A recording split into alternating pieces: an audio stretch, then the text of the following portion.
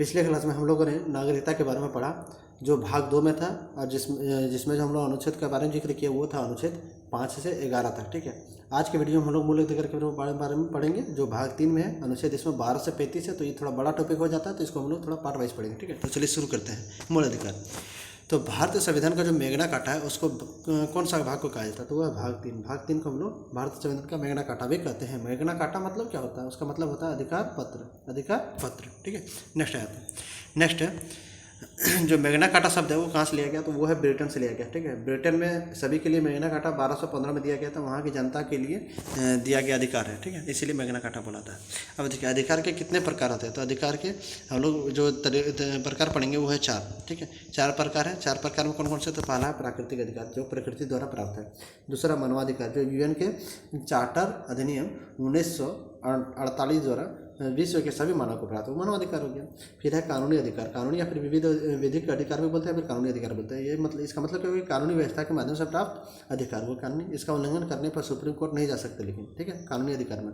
Next है मूल अधिकार। मूल अधिकार हो गया कि जो आपके पास स्वतः मूल संविधान के रूप में आपको दिया गया। ठीक है, इसका हनन करने पर आप कोर्ट जा सकते हैं। और क्या है, संविधान के समय ये थे 7, अभी है 6। ठीक है, यानी कि ये खत्म कर दिया गया। तो कौन सा, संपत्ति का अधिकार, इसके बारे में हम लोग डिटेल में पढ़ेंगे, अभी फिलहाल इतना बता दे रहा हूँ। संपत्ति के अधिकार को खत्म कर दिया गया। कब खत्म किया गया, तो ये था आपका 42वां संशोधन से, और 44वां संशोधन से इसको क्या किया ना, कि इसे मूल अधिकार से हटाकर विधिक अधिकार में डाल दिया गया। ठीक है, 44वां संशोधन से इसको जो मूल अधिकार था उससे हटाकर कौन सा, अनुच्छेद 31 को विधिक अधिकार में डाल दिया गया। ठीक है, याद रखिएगा इसको। नेक्स्ट आता है।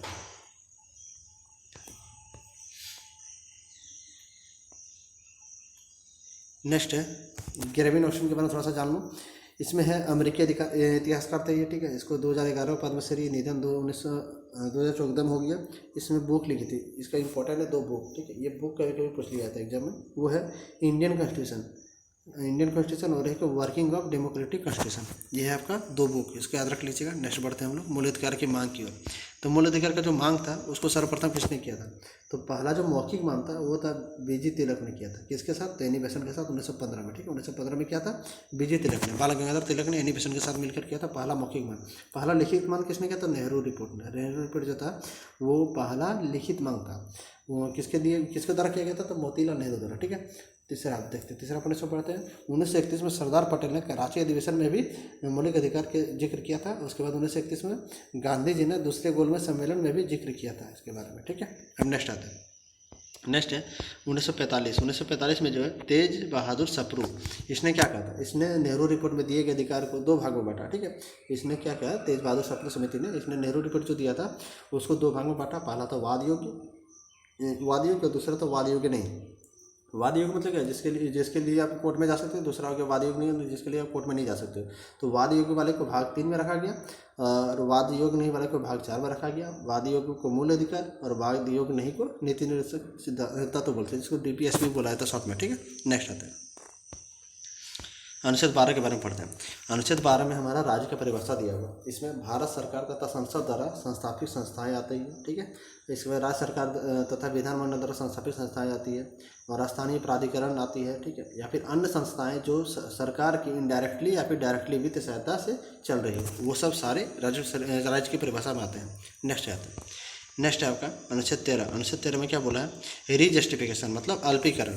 अल्पीकरण मतलब क्या हो गया, कि इसमें मूल अधिकार को असंगत या फिर उसका अल्पीकरण करने वाली विधियां के बारे में उल्लेख है। जैसे इसका मतलब क्या होगा, अल्पीकरण मतलब इसका उल्लेख है 4 तरह की विधियां हैं। पहला है 13A में प्री कॉन्स्टिट्यूशनल लॉ है, फिर है पोस्ट कॉन्स्टिट्यूशनल लॉ। पहले ये दोनों पढ़ लेते हैं, फिर आगे पढ़ते हैं।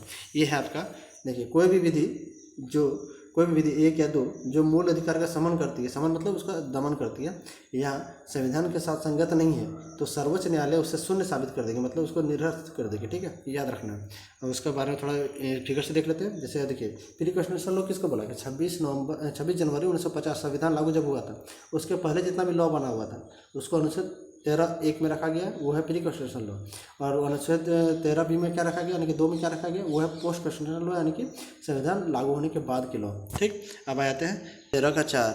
13(4) नहीं है, 13(3) है। ठीक है, यह मिस्टेक है, 13(3) है, ये 3 है, ये 13(3) है। इसमें विधि शब्द परिभाषित है, इसको याद रखना आपको। 13(3) में क्या है, विधि शब्द का परिभाषा दिया हुआ है। इसके अंतर्गत संसद अथवा राज्य विधानमंडल द्वारा बनाए गए सभी अधिसूचनाएं, परिपत्र, आदेश, नियम, विनियमन, अध्यादेश, प्रथा, ये सब सारी चीज़ शामिल है किसमें, विधि शब्द में। ठीक है, अब नेक्स्ट आते हैं। नेक्स्ट है 13(4), हम लोग देखेंगे नेक्स्ट। ठीक, 13(4) में क्या लिखा हुआ है।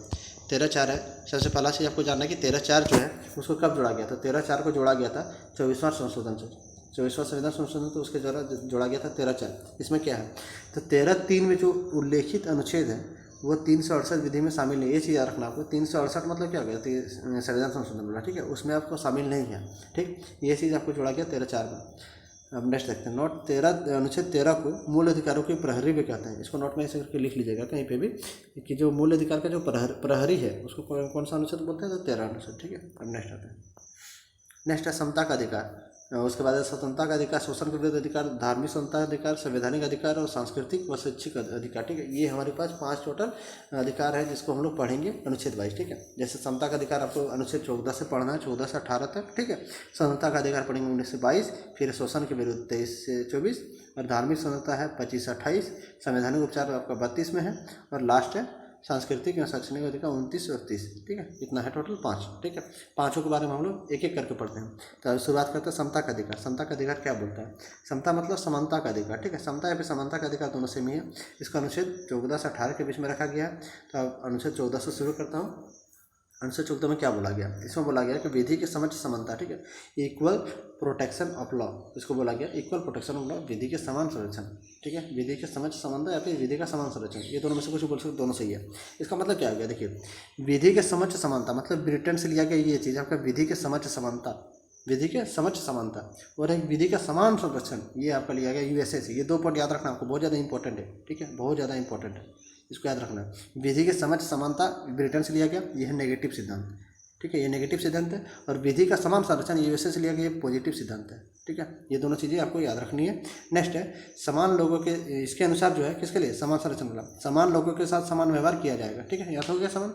अब नेक्स्ट है, नेक्स्ट है जो विधि के समक्ष समानता था वो उसको इंग्लैंड से लिया गया, यानी कि ब्रिटेन से, और विधि का समान संरक्षण था यूएसए से लिया गया। ठीक है, अब इसको देखते हैं हम लोग, इसको थोड़ा डिटेल में पढ़ लेते हैं। वो है किसी प्रकार का भेदभाव नहीं होगा, किसी के साथ किसी प्रकार का भेदभाव नहीं होगा, किसके समझ, विधि के समझ। ठीक है, और विधि का समान मतलब समान लोग समान व्यवहार। क्लियर।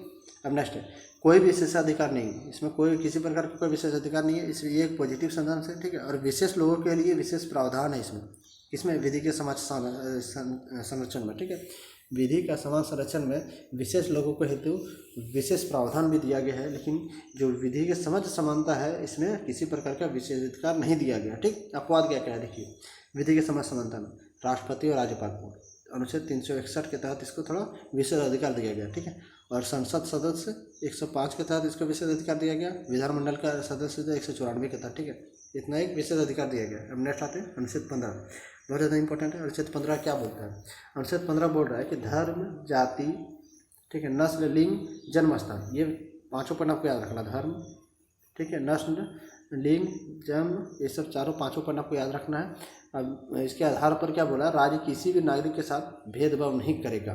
ठीक है, ये 5 आधार आपको याद रखना है, बहुत ज़्यादा इंपॉर्टेंट है, कहीं भी पूछ देगा तो इसको सीरियली वाइज याद रख सकते हैं। पहले धर्म है, फिर नस्ल है, फिर जाति, फिर लिंग, फिर जन्म स्थान। ठीक है, 5 आधार है। 5 आधार के बारे में हम लोग पढ़नी। अब आते हैं 15(2) में। ठीक है, अनुच्छेद 15(2) में क्या बोलते हैं, अनुच्छेद 15(2) में बोला गया है कि कोई भी राज्य व व्यक्ति किसी नागरिक के साथ, कोई भी राज्य व्यक्ति किसी नागरिक के साथ इन 5 आधार पर, 5 आधार जो ऊपर में था, 5 आधार पर सार्वजनिक स्थान जैसे स्कूल हो गया, तालाब हो गया, मनोरंजन स्थल हो गया, कुआं हो गया, मंदिर हो गया आदि पर भेदभाव नहीं कर सकता। ठीक है, ये सब सारा चीज़ का भेदभाव नहीं करना कोई भी चीज़ पर, कोई भी स्थान पर, वो हो गया 15(2) में आता है। ठीक, क्लियर हो गया। अब 15(3) के बारे में पढ़ता हूँ। 15(3) में क्या बोला गया, तो 15(3) में बोला गया कि राज्य जो है महिला व बच्चों के लिए विशेष प्रावधान कर सकता है। राज्य जो है महिला बच्चों के लिए विशेष प्रावधान कर सकता है, वो 15(3) में है। ठीक है, 15(3) में है महिला एवं बच्चों के लिए विशेष प्रावधान। ठीक, नेक्स्ट आ जाता हूँ। नेक्स्ट है अनुच्छेद 15 में 1, 2, 3 ये मूल संविधान में थी। ठीक है, अनुच्छेद 3 1, 2, 3 जो है 15 का, ये मूल संविधान था, लेकिन बाद में इसमें 3 और जोड़ा गया, तो 4, 5, 6 जो जोड़ा गया उसको बाद में जोड़ा गया। ठीक, तो पहला संशोधन जो था पहला 1951 में, उसके जरिए 15/4 जोड़ा गया था। तो उसमें क्या बोला गया, चलिए उसको देखते हैं। 15/4 में 15/4 में बोला गया कि राज्य सामाजिक, ये पॉइंट याद रखना, सामाजिक और शैक्षणिक, ठीक है, आर्थिक नहीं है यहाँ पे पार्ट, सिर्फ यहाँ सामाजिक और शैक्षणिक की बात हो रहा है। आर्थिक, सामाजिक और शैक्षणिक रूप से पिछड़े नागरिकों को तथा एससी और एसटी के लिए शैक्षणिक संस्थान में, ठीक है, शैक्षणिक संस्थान में, ये भी याद रखना आपको, शैक्षणिक संस्थान में, नौकरी वाला नहीं बात है यहाँ, शैक्षणिक संस्थान के बारे में बता रहा हूँ। विशेष प्रावधान कर सके, यानी कि उसका आरक्षण वगैरह दे, कुछ भी करेगा लेकिन विशेष प्रावधान कर सकता है, ठीक है, वो 15/4 में उसका उल्लेख है। नेक्स्ट है चंपक दोहराई के केस, थोड़ा सा देख लेता हूँ, फिर 15/5 के बारे में पढ़ेंगे, ठीक है। चंपक दोहराई राजन और मद्रास राज्य जो 1950 में हुआ था केस, उसमें बोला गया था कि मद्रास के जाति आधारित आरक्षण उसको समाप्त कर दिया गया, इसीलिए फर्स्ट संविधान संशोधन 1951 में 15/4 जोड़ा गया था, ठीक है, इसे याद रखना आपको। नेक्स्ट देखते हैं 15/4 में क्या बोला गया। 15/4 में तो हम लोग पढ़ चुके हैं, 15/5 देखते हैं। 15/5 में बोला पिछड़े वर्गों के हेतु उच्च शिक्षण, यानी कि जो हायर एजुकेशन हम लोग पढ़ेंगे उसमें निजी अनुदान व गैर अनुदानित तीनों हो सकता है, कि प्राइवेट हो सकता है या फिर जो सरकार द्वारा चलता है या फिर जो सरकार द्वारा नहीं चलता लेकिन सरकार से पैसा लेता है, ये सब सारे में जो प्रवेश के समय भी याद रखना आपको, प्रवेश के समय सिर्फ आरक्षण होगा, उसके बाद नहीं। तो प्रवेश के समय जो आरक्षण होगा उसमें उसका जो जिक्र किया गया वो है 15/5 में, ठीक है। अब इसको कब जोड़ा गया, तो इसको जोड़ा गया 93rd संविधान संशोधन 2005 जोड़ा गया, ठीक है। इसी में ओबीसी को 27% आरक्षण भी दिया गया है, इसी के तहत, यानी कि 93वें संविधान संशोधन ओबीसी को 27% आरक्षण, किसमें, तो हायर एजुकेशनल प्रवेश करने हेतु, ठीक। नेक्स्ट आता है, नेक्स्ट है उस शिक्षण संस्थान में कितने प्रकार का अभी बताया मैंने, प्राइवेट होता है, ग्रांटेड होता है, नॉन ग्रांटेड होता है, ठीक है। जैसे प्राइवेट हो गया प्राइवेट कंपनी, ग्रांटेड हो गया जो सरकार द्वारा पैसा डायरेक्टली लेता है, और एक होता है इनडायरेक्टली लेता है, ठीक है। ये सब हो गया आपका 3 प्रकार का उच्च शिक्षण संस्थान, जैसे IIM हो गया, IIT हो गया, सब सारा चीज़ आता है उसी में, ठीक। नेक्स्ट आता है, ठीक है। नेक्स्ट आते हैं अनुच्छेद 15(6). अनुच्छेद 15(6) में क्या बोला गया, सबसे पहले देखते हैं इसको जोड़ा कब गया था। तो इसको जोड़ा गया था 103 संविधान संशोधन था 2019 में, ठीक है। उसका संविधान संशोधन बिल कौन सा था, तो 124 था, संशोधन 103 था, बिल 124 था, याद रखना आपको।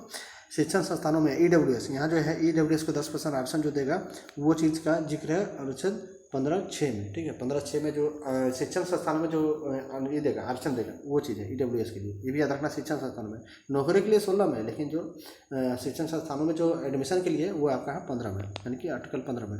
अब नेक्स्ट इस चीज़ को याद रखना आपको, शिक्षण संस्थानों में जो EWS का आरक्षण 10% दिया गया, यानी कि EWS का जो पहला बार जिक्र हुआ था वो आपको इसी में हुआ था, यानी कि 103 जो संविधान संशोधन हुआ था इसी में आपका फर्स्ट टाइम जिक्र किया गया था 2019 में, ठीक है। इसको भी याद रखना आपको, पहला बार जिक्र किया गया था इसका, ठीक है। तो आज के लिए आज का क्लास यहीं पे समाप्त करते हैं, मिलते हैं नेक्स्ट क्लास में, तब तक के लिए thank you, take care, bye bye.